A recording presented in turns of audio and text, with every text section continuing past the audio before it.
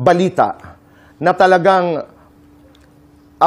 nakalungkot, sumindak sa akin habang ako'y nasa Hong Kong, ay ang balita po na naghiwalay na si Bea at saka si Dominic Roque. I'm talking about Bea Alonzo and Dominic.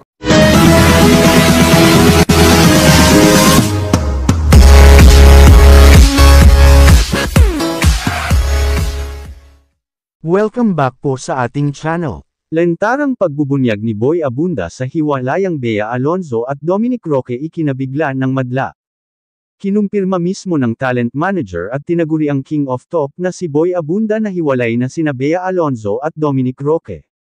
Sa kanyang talk show na Fast Talk with Boy Abunda, ay diretsahang kinumpirma ng talent manager ang kumakalat na balita ukol sa celebrity couple.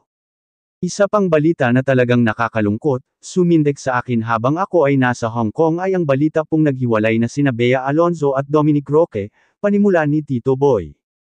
Aniya, matagal na niyang kakilala at kaibigan ang dalawa kaya siya ay nalungkot dahil madalas na nila noong napag-uusapan ng kapuso actress ukol sa kanilang future plans ni Dominic.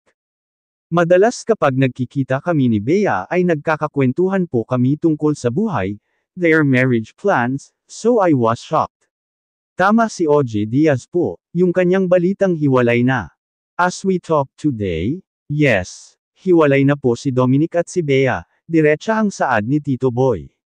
Maaari raw na sa ngayon ay sinusuyo ni Dominic ang kapuso actress upang ayusin ang kanilang relasyon pero sa ngayon ay break na ang dalawa. Ayon rin daw sa kanyang source ay kamakailan lang nang mag-usap muli sina Dom at Bea. They're trying to understand each other but they are going through a rough patch. My prayer is that may God grant them what is best for them, pagbabahagi ni Tito Boy. Pagpapatuloy niya, yes, I am confirming that hiwalay na sila ngayon at last night or 2 nights ago, nag-usap ang dalawa, Bea at Dom. Ano ang status? Wala. I think kung tama ang aking source, isinauli na ni Bea ang engagement ring.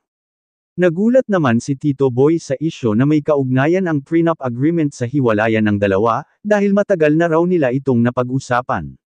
Many months ago, napag-usapan po ito sa aking pagkakaalam and I'd like to confirm this with my friends and sources because when this was being talked about, yung prenup po, ang nag-volunteer sa nanay ni Bea na okay ang prenup ay si Dominic.